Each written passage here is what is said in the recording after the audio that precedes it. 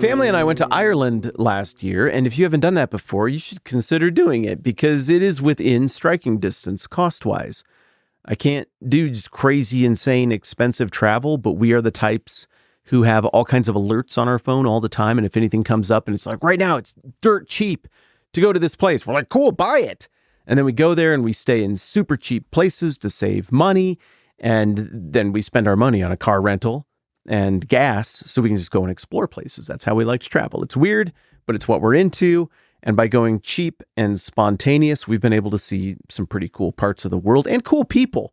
I'm guessing you are listening right now. I won't out you by name, but there's somebody who lives in Ireland who listens to the podcast, and we connected and did a whole day together. She was a lovely host. We had a really nice time there as well. We also met people who don't know anything about this modest little podcast, and just everybody is wonderful. Ireland was so hospitable.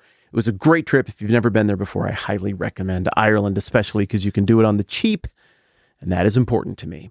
So we're driving around Ireland, right? And we hear a rumor that there's some site out by Donegal when we're out there that is associated with John Newton, the guy who wrote Amazing Grace. And we went out and had to drive this crazy circuitous route along, I don't know what they call it there, like a big inlet, like in Norway, maybe you'd call it a fjord or something.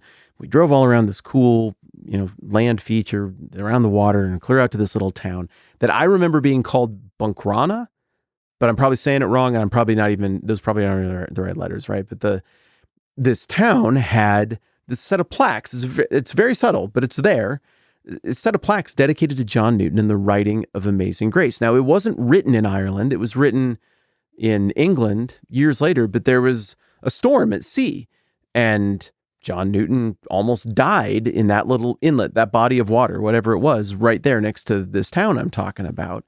And that incident is what inspired the beloved lyrics to Amazing Grace. And so we're reading all of these plaques and Googling some stuff at the same time. And Camilla's, reading stuff to the kids and kind of teaching, as we're wont to do. And we spent a little time learning about John Newton's, youth. And I remember that it was bad, that he was involved in the slave trade and that he wasn't even like a great assistant slaver, but that he was kind of a turd and an insubordinate and just really churlish and difficult. And he practically ended up being a slave himself. He was so difficult to work with at times, and it's just not a super guy. He did a lot of really dumb things. And then, God opens his eyes and stuff changes, and God uses this incident with this storm in this bay that we're looking at right now, kids. And this guy's life has changed, and he goes on to become a minister, and he writes this beautiful hymn, among other things. And it was kind of one of those moments where you look at it and you're like, man, well, if you're ever feeling bad about your youthful mistakes or whatever, think of a guy like Newton and you go, all right, well, God redeems things. And like we were talking about, was that just yesterday, the day before? Like, people can change. And believing that people can change and that God changes people, and that's a really important thing. Well, likewise, there's another John. Ho, see what I did there? Youth pastor, flip around the chair, put the hat on backwards. Well, kids, let me tell you about another John. John the Evangelist is a very similar John, just maybe not as overt in his bad behavior as a kid. We don't get anything about John the Evangelist in the Gospels that indicates that he was a scandal-plagued ne'er-do-well, but rather just he comes off as kind of an entitled turd in his youth. He and his brother had, it looks like, a little extra dose of power in the group of Jesus' disciples because 1/6 of the disciples were them. I mean, there were other brother combos in there too, but that was to their advantage. Also, it looks like just about everybody else in the group did not come from means, but it does look like James and John, who earned the nickname the Sons of Thunder, had a little bit of money, and it also looks like maybe other members of their family tagged along, including their mom, which that also, that's an adult who maybe has some resources, who's along for all of these things. Like their mom was there having their back as they went around being disciples of Jesus. You don't really picture that, but we're going to talk about it in the Bible here in just a minute. There's a very formative event that she's involved with in kind of a odd but in sort of way as well.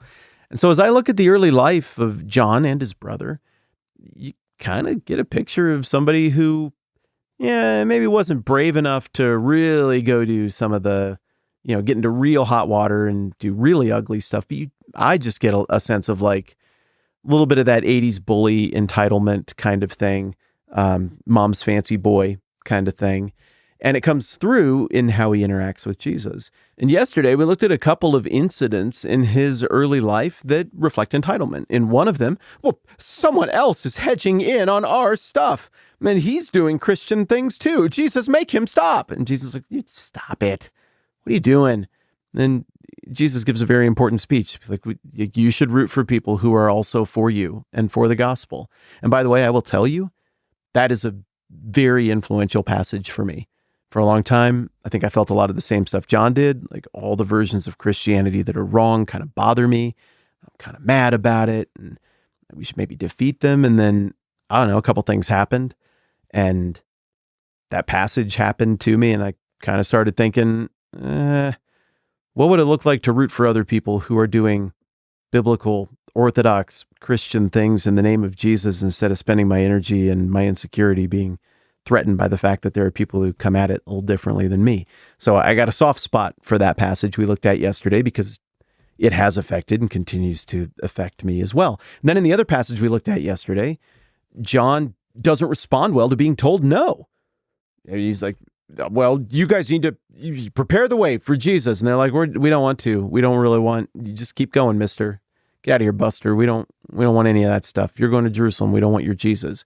And John's like, well, but he's great and he's full of love and you should believe in him, paraphrases mine. And they're like, yeah, it might be so, but we don't want him. And he's like, fine, then burn. Jesus, burn them. Show them that you are the true God of love. Burn them. And Jesus, chews out James and John for being idiots about that as well. So entitlement, doesn't like to be told no. That's what we're seeing. And now we're going to get another mark of entitlement here in Matthew 20 when his mom intervenes to try to get him special treatment as the most precious, bestest boy of all the disciples. The incident starts in Matthew 19, where Peter is like, he's a little bit concerned coming out of an interaction with a rich young ruler. And Jesus talks to the rich young ruler and famously is like, well, just give away all your stuff and then you're good to go. And he was, he's kind of putting it to the rich young ruler who was also pretty entitled and pretty John-like in that regard. And the rich young ruler walks away sad because he had a whole bunch of wealth. And then the disciples are all like, well, then, who can be saved if all of that stuff is an obstacle? And Jesus looked at him and said, with man, this is impossible, but with God, all things are possible. And Peter answered him, we've left everything to follow you. What then will there be for us? And I did a whole 2 or 3 episodes on this stuff back when we covered Matthew. Maybe if Jeff has time, he can link it down below and you can go and check out those episodes if you want to know more about what's going on here in the text. But this is where it gets juicy and relevant to our stuff about John. Jesus said to them, answering Peter, I tell you the truth, at the renewal of all things, when the Son of Man sits on his glorious throne, you who have followed me will also sit on 12 thrones, judging the 12 tribes of Israel.